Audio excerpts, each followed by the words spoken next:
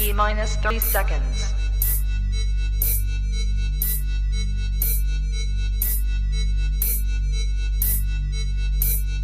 T minus 20 seconds.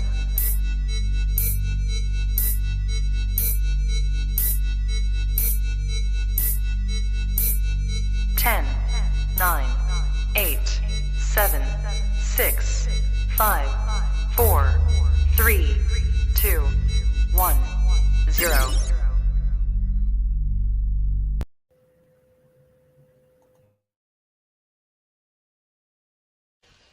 I don't have to tell you things are bad.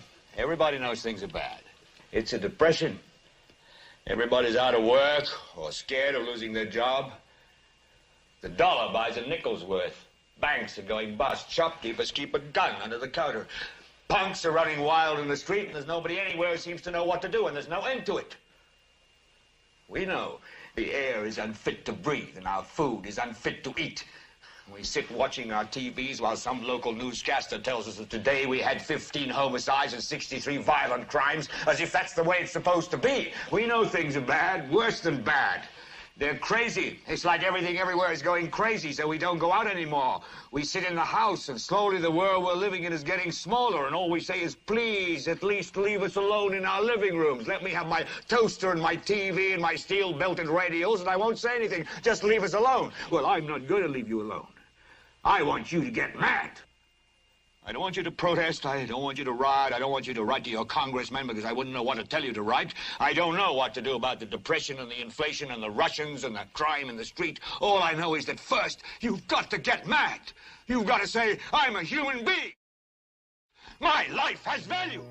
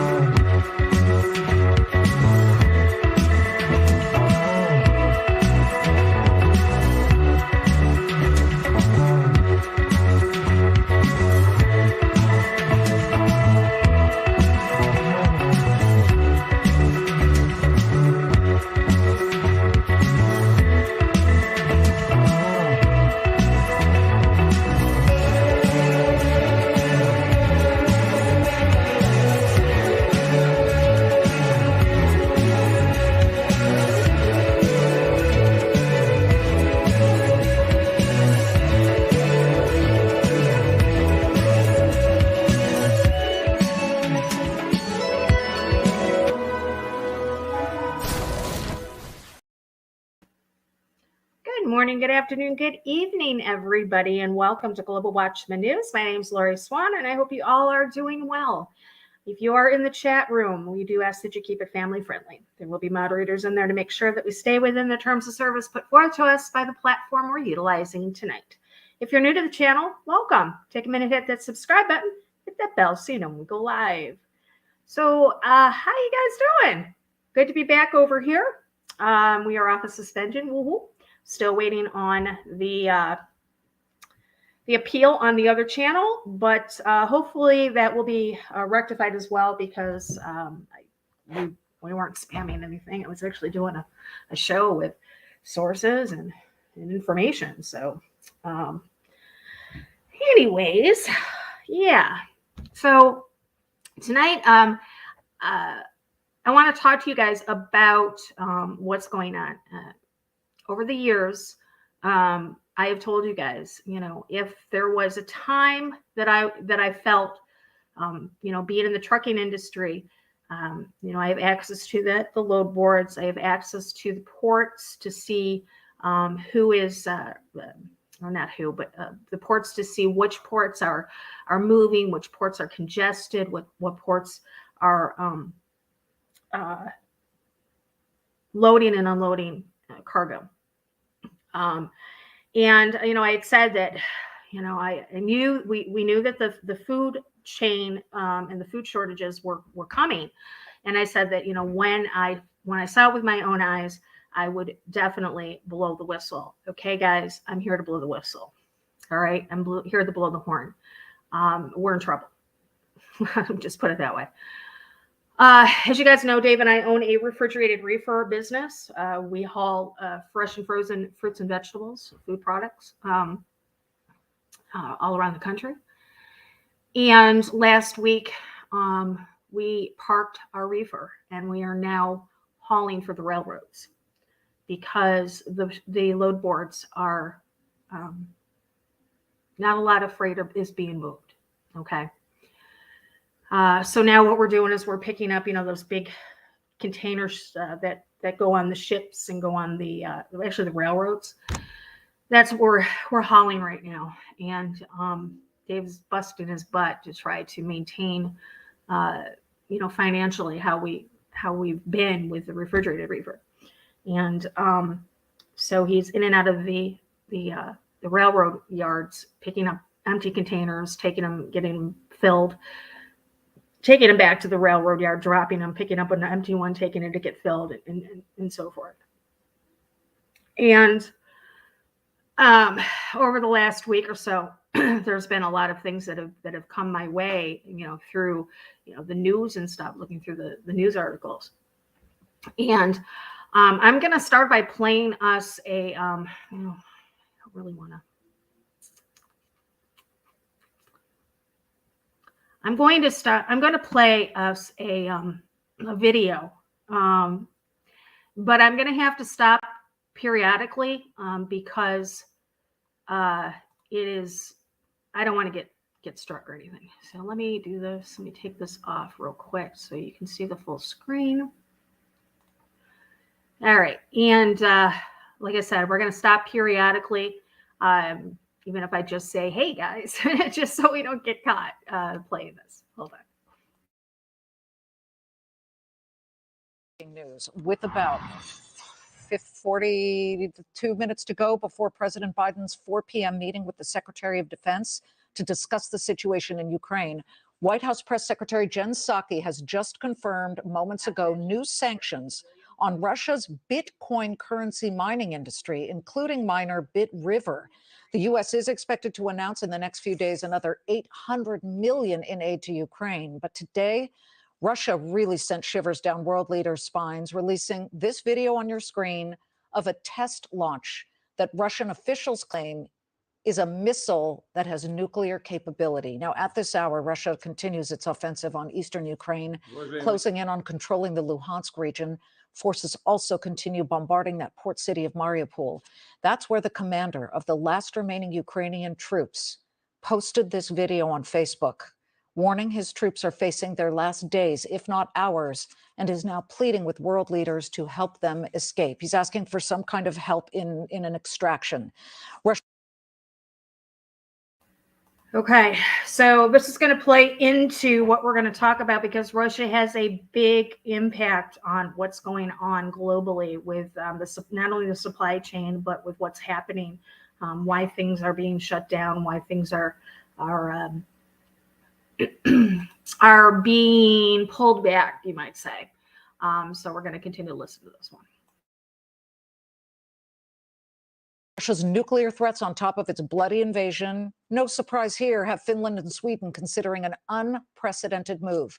Both are now exploring joining NATO, with Finland's parliament holding a session today to debate seeking membership in the defensive military alliance. Ivo Dalder is the former U.S. ambassador to NATO, now president of the Chicago Council on Global Affairs. Ambassador, Russia's aggression now pushing Sweden and Finland to consider membership, something we know would enrage Vladimir Putin. Do you think either country will formally request membership? Yeah, I think it's a matter of weeks, really, before that's going to happen. As you said, there's a debate today in the Finnish parliament. The Swedish parliament is a little behind in its consideration of this. Sweden has always been slightly more reluctant to consider this step, but they've made very clear if Finland joins, they will have to as well, and they will want to as well. So I think within a matter of weeks, they will indicate that they would welcome an invitation from NATO.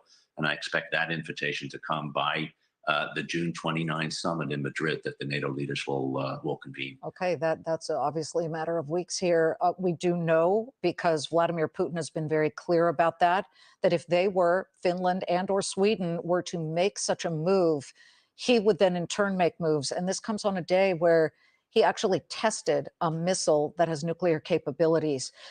You know, Volodymyr Zelensky of Ukraine this weekend told CNN that the world should begin to prepare for a nuclear attack by Russia. Okay, that's about basically what we're talking about. Okay, and we're going to get into that. So we've got Russia pushing the buttons as far as trying to intimidate the world by testing this large MOAB, this large nuclear missile. And he's doing that in order, like I said, to intimidate with Finland and Sweden. Now, I knew about Finland and Sweden a few weeks ago. Robbie had told me to watch. I think it was maybe 3 or 4 weeks ago. Robbie called me and told me to watch Finland and Sweden. And he said that it was the scuttlebutt over in the UK was that they were going to join NATO, which would, in fact, infuriate Vladimir Putin. So we're going to keep an eye on that. Now, the reason why I brought that up is because of the sanctions, okay? Now, the sanctions that we've put against Russia not only has the sanctions that we put against Russia, but also Russia's invasion of the Ukraine has put a toll on the imports that we're receiving here in the United States as far as grains. We have the ability, we have the capability of being a self-sustaining nation. And over the decades, the various administrations have whittled us down to be at the mercy of other countries, which in turn was done on purpose, obviously. But now we're going to start feeling the effects of it. Georgia, the state of Georgia, has issued, give me just a minute, what is it? Okay, cancel. Okay, here we go. The state of Georgia has issued a state of emergency. Georgia governor issues state of emergency targeting supply chain crisis. Georgia Governor Brian Kemp issued a state of emergency aimed at supply chain issues, which went into effect on last Saturday. The executive order aims to soften many of the detrimental effects of the thing we're not supposed to be talking about, crisis that is still having impacts on the global supply chain. Okay, guys, we know that the thing we're not supposed to talk about, the event that happened in 2020, was designed to break down countries. It did what it was supposed to do. It shut down the borders, it shut down the states.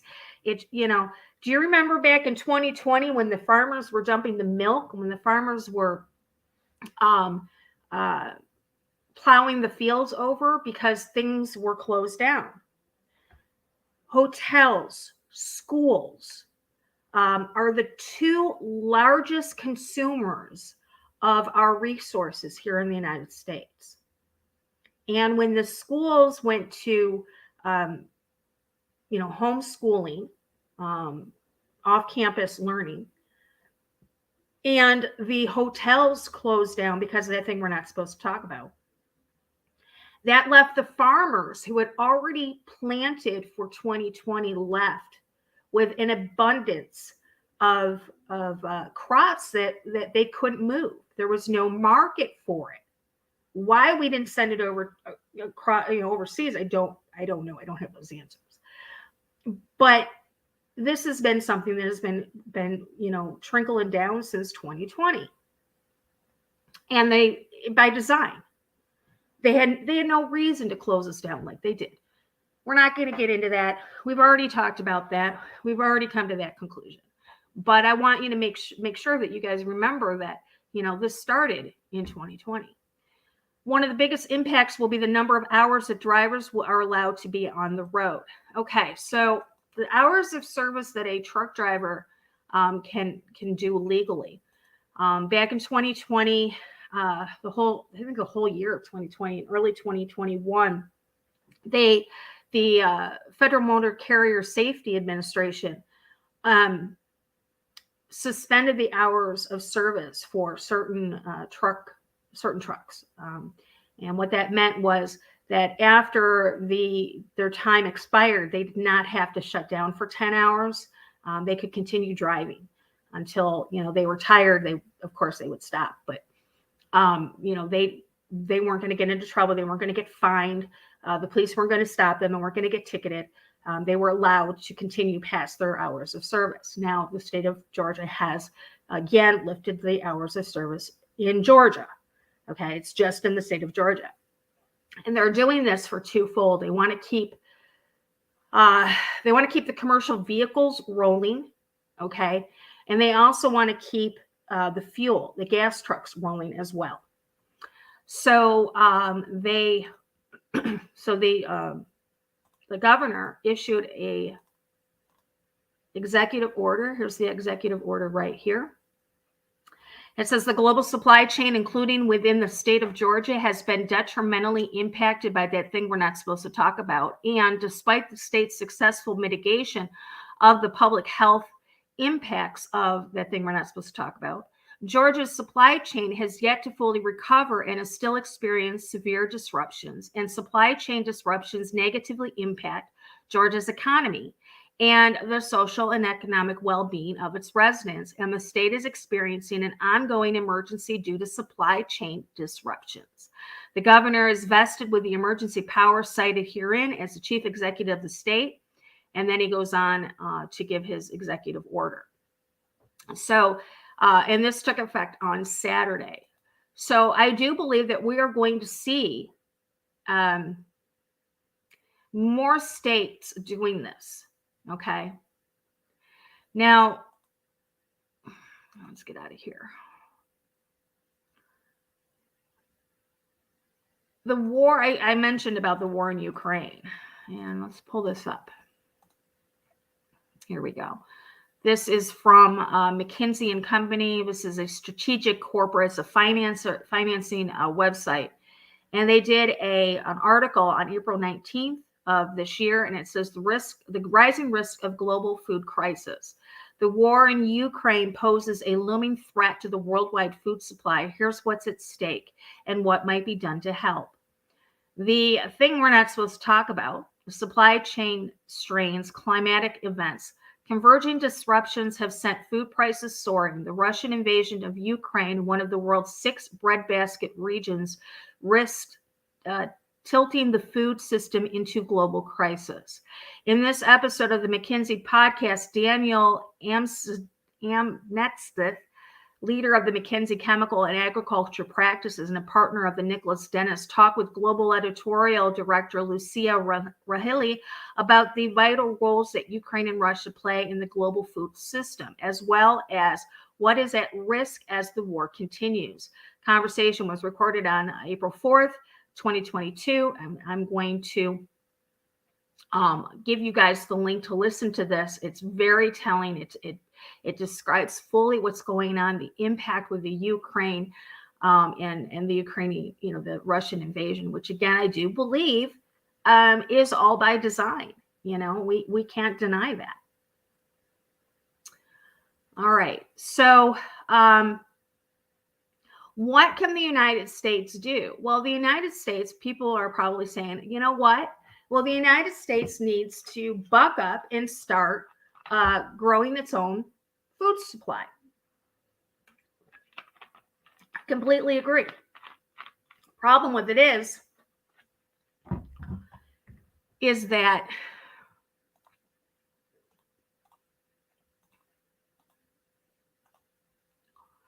we now have a fertilizer problem. fertilizer company are complaining that the railroad are limiting the shipments.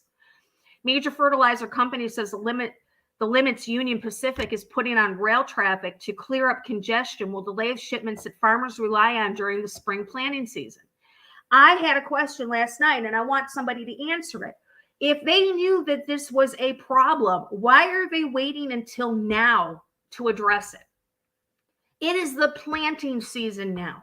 This should have been rectified in the wintertime.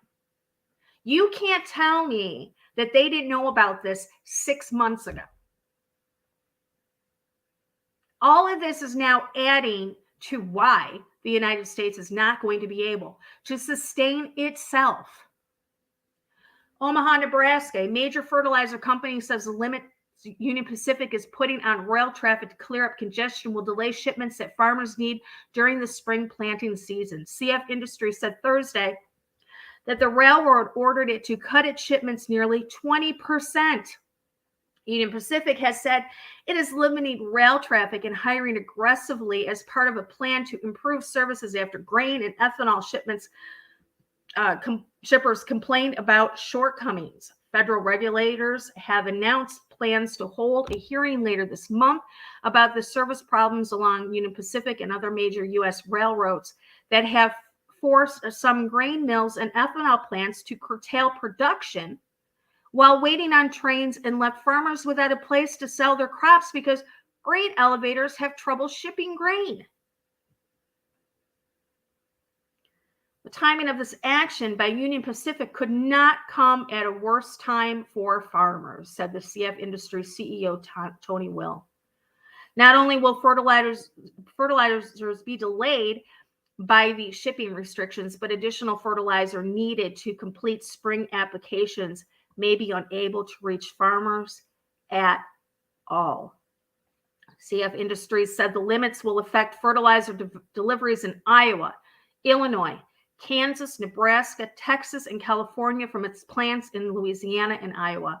The company said it believes it is one of just 30 companies that Union Pacific imposed restrictions on. So Union Pacific has taken it upon themselves to put restrictions on the movement of fertilizers that the farmers need right now. It is planting season right now. You can't tell me they didn't know about this 6 months ago.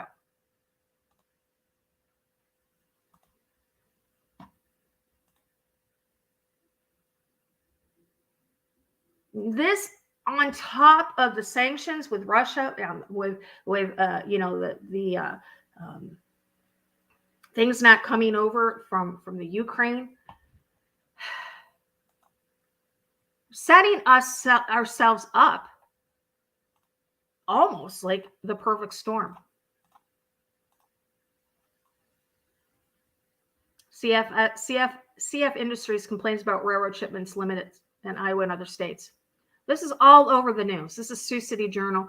I have several links, several sources that I'm going to give you guys underneath in the description area for you guys to look at this stuff yourself. Now, I've seen a couple of things in the chat room talking about the Ukraine. Guys, I understand the Ukraine is completely and totally wicked. I get that. Corrupt. They're completely corrupt. I understand that. We're not even going to get into that right now.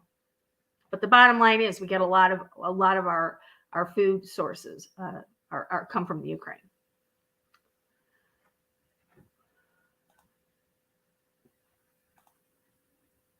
Now, Putin says the world faces food crisis due to West sanctions. So Putin is now saying that, guess what? Well, now the world is going to face food crisis because of our sanctions that have been put upon them. And now we're putting more on them through the Bitcoin. I don't think that's really going to have an effect because I really don't think Russia is dependent on BitChain or Bitcoin right now. But still, a lot of things are being done. I think personally, this is my opinion, I think a lot of things are being done to push Putin's hand. I think they want to see how far they can push Putin. Guys, he's been in power for how long? Don't they know by now that he's not a wuss? He's not afraid of anybody. You push at him, he's pushing back twice as bad. The testing of that missile was done for a reason. It was done to show that he's not afraid to use it. We could get into the conversation about whether nuclear weapons are real or whether they're not. Doesn't matter. Bottom line is, there's EMPs, and there's enough firepower in his MOABs to do a lot of damage to a lot of places, whether it's nuclear or not. Vladimir Putin said on Tuesday that Russia must keep a close eye on food exports to hostile countries because the West sanctions have formated a global food crisis and spiraling energy prices. The West sanctions over Putin's February 24th invasion of Ukraine has tipped Russia towards its worst economic crisis since the 1991 fall of the Soviet Union, though Moscow says the global impact of the sanctions could be much more significant. The Kremlin chief cautioned the higher energy prices combined with a shortage of fertilizers could prompt the West to print money to buy its supplies, leading to food shortages among poorer countries. This will inevitably exacerbate food shortages in the poorest regions of the world, spur new waves of migration, and in general drive food prices even higher, Putin told a meeting of developing food production. In these current conditions, a shortage of fertilizers on the global market is inevitable, Putin said. We will have to be more careful about food supplies abroad, especially carefully monitoring the exports to countries which are hostile to us. One of Putin's allies warned last week that Russia could limit supplies of agricultural products to friendly countries only amid Western sanctions imposed on Moscow. Russia is the world's largest exporter of wheat, supplying it mainly to Africa and the Middle East, and a major producer of potash, phosphates, and nitrogen-containing fertilizers, key crop and soil nutrients. Russia produces more than 50 million tons a year of fertilizer, 13% of the global total. So, is this going to be causing is this what's causing the fertilizer crunch here in the United States? Are they just not wanting to give Putin credit for it? I don't know, but we will see on that. To add insult to injury, my friends.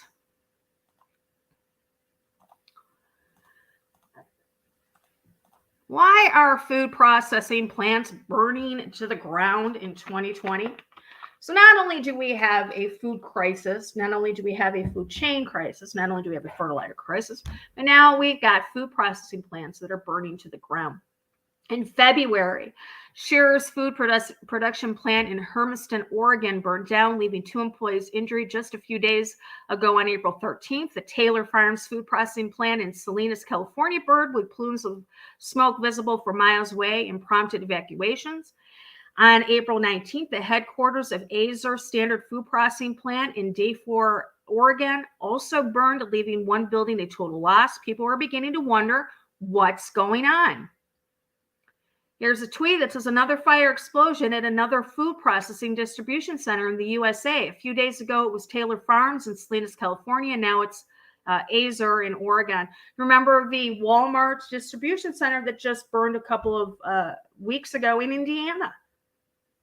What is going on? Not only now do we have a problem with the supply chain, but let me tell you something. These processing plants, what are we going to do? Okay, so here I'm going to give you a scenario. A shipping container pulls up to one of the ports, whether it's California, whether East Coast, West Coast, doesn't matter. The truck goes to pick up the food product to take it to the processing plant. If there's no processing plant, then there's no way to make the food. It doesn't matter if the distribution centers are having problems. This is going straight up the food chain. I mean, literally straight up. This is the, you know, the food processing plants. The food chain is broken. I am blowing the trumpet and telling you guys to please, please, please get prepared. You should have been doing it all along. But if you haven't, you need to do it now. If you know somebody who has children, babies, we now have a baby formula shortage, and it's going to get worse. Shortages had led retailers such as Target, Walmart, and Walgreens and CVS to limit purchases of formula. Now, I know you guys are probably going to say, you know, breastfeeding, but look at, it's not always an option. It's not always an option. Women have dried up because they've been bottle feeding for months. Child's not set to be weaned. You can't just take a child off of a formula and put them onto cow's milk. They'll get sick. There's not enough nutrients in that. Yes, there's other ways. Goat's milk. Again, not all people have availability to that. So if you know somebody, you know, and they have a baby, let them know. Give them the heads up to tell them, look, there's a baby formula shortage coming. It's here. It's actually here. You know, start taking precautions. All right.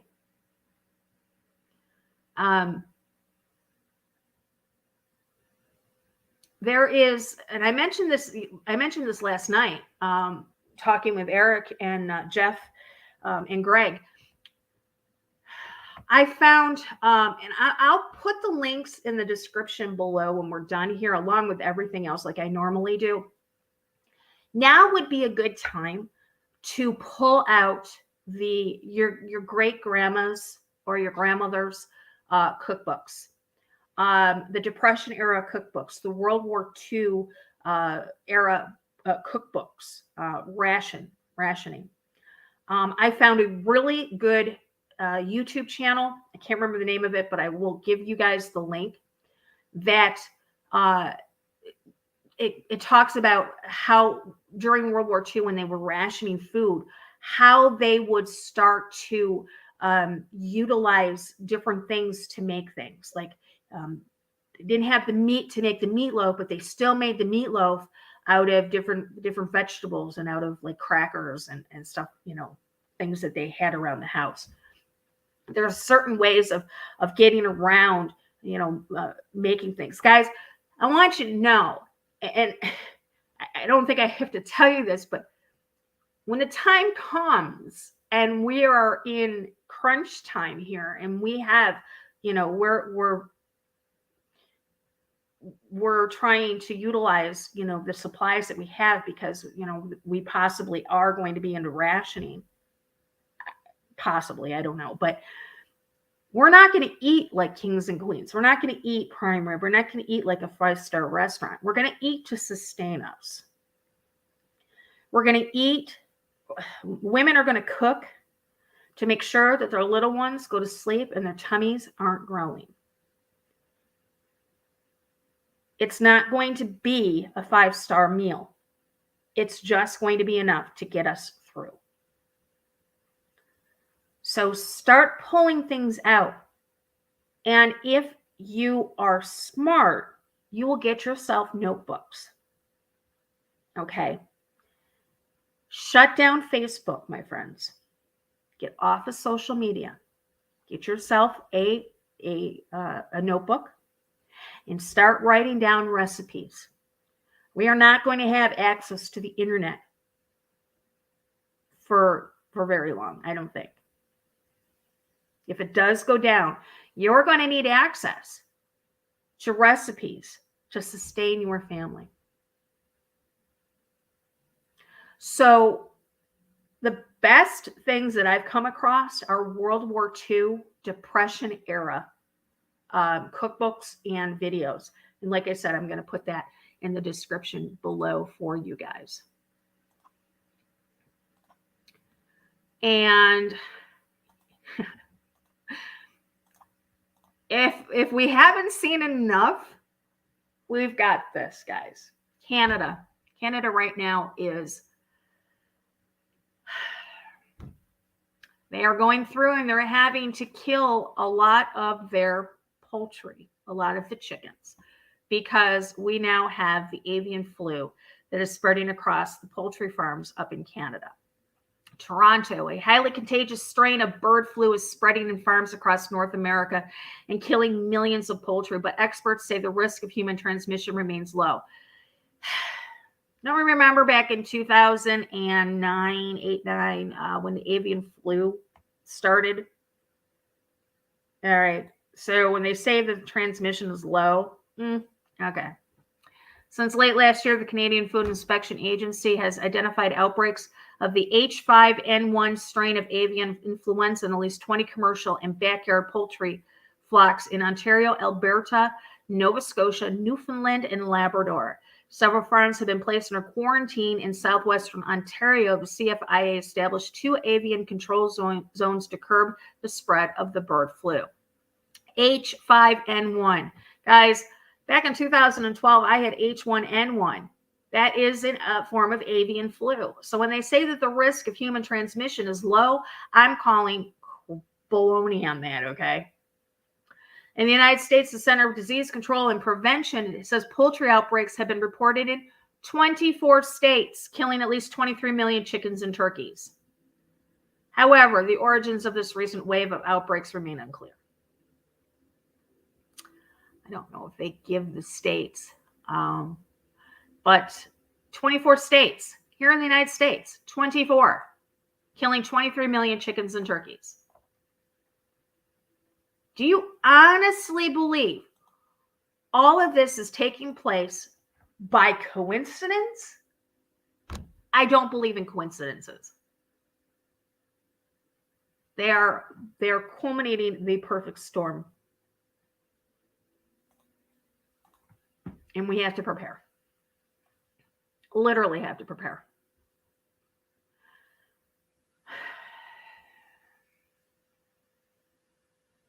I did not want to do the show because I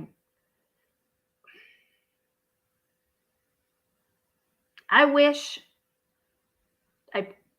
that I was wrong about a lot of things.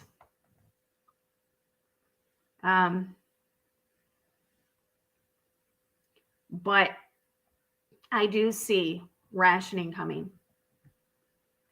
The Bible tells us that pestilence and famine and war and death is coming.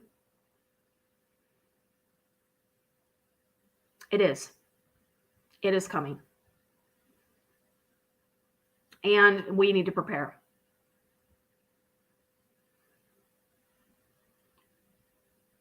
I urge everybody. Actually, I want to challenge everybody. I want to challenge each and every person watching this now and who will watch this later. I want to challenge you to an hour a day writing down recipes and getting yourself ready if the internet were to go down, if the rations were to take place, because I don't want to see any of you suffering through what's coming. Least of all, if you've got children. I know myself, I wouldn't know what to do.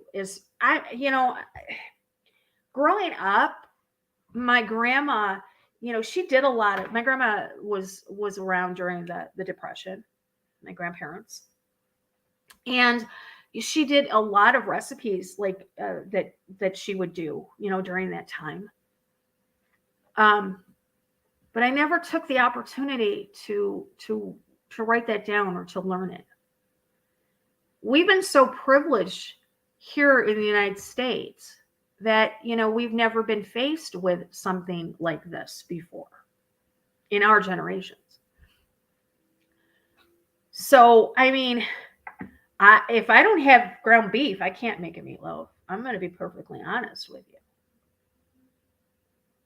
But I want to challenge each and every one of you to take at least an hour a day to get off of Facebook, to get off of social media, to put away Netflix, to put away Hulu, to get off of all social media, and to start writing down recipes.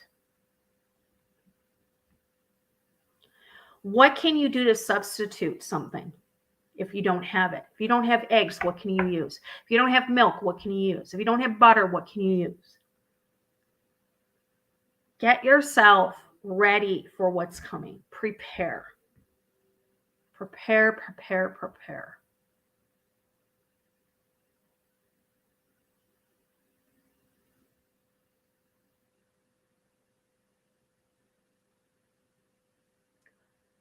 Jeffrey, I can't live in fear because fear isn't real, danger is. Exactly.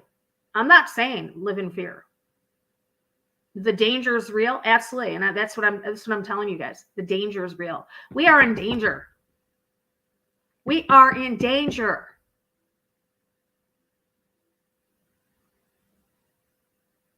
Everything that's coming, all this accumulation of everything. I mean, if we don't have fertilizers for the crops this year, oh boy, what next? Locusts? Is this going to be the year? Is this going to be the year the locusts come?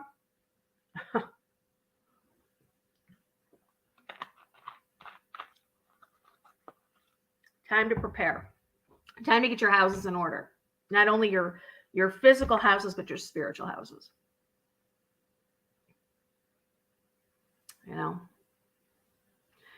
I don't ever want to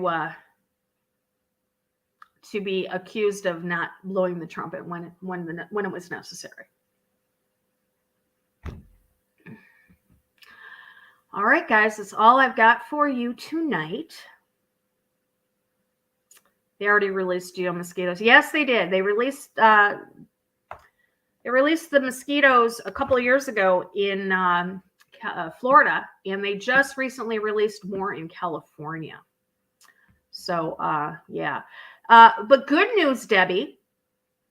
Good news is that they only released geo-engineered male mosquitoes. Male mosquitoes don't bite. Only the females bite. So that's good news.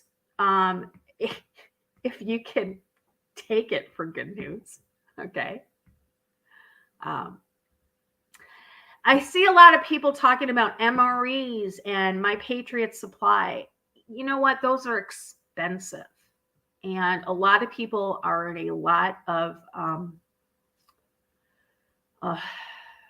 of financial hardship right now. I mean, if you do have the financial means to buy the MREs or to buy the Patriot Supply, the food, then by all means.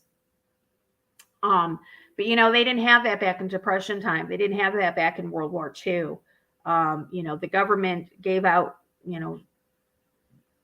tickets. They gave out, you didn't have that stuff.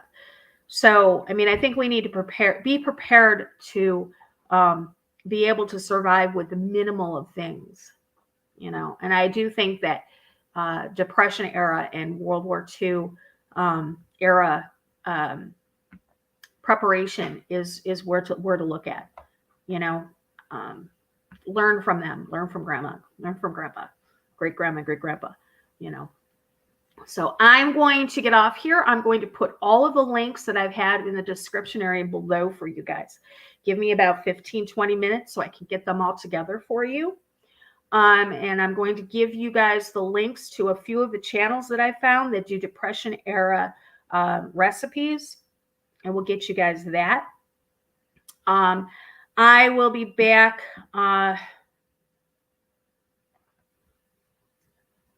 Probably, I don't know. like I said, with Dave now, we're kind of in a our house is kind of in chaos right now because of working the railroad and stuff like that. It's just a lot more paperwork. It's a lot more things to do. Normally he books 4 loads, 2 to the East Coast, 2 back, twice, and that's it. This one is just, it's very chaotic. And I've been doing my best to try to make it as easy for him as possible. I've been working in the office, emailing, phone calls, and everything. And that's why I was late today, because I had to do some things. I had to run to one of the railroad yards and give them paperwork. And, so I don't know when I'm going to be back. Sunday, I was supposed to be on Revolution Radio with WARTIME. I'm going to have to postpone that. I have to get a hold of him because I'm going to be on the road with Dave on Sunday. There's some places that we go that Dave just can't do with his hips and knees. He's just, he's in a lot of pain. So I go with him on the truck, and I check in with things, and I kind of do the running around for him.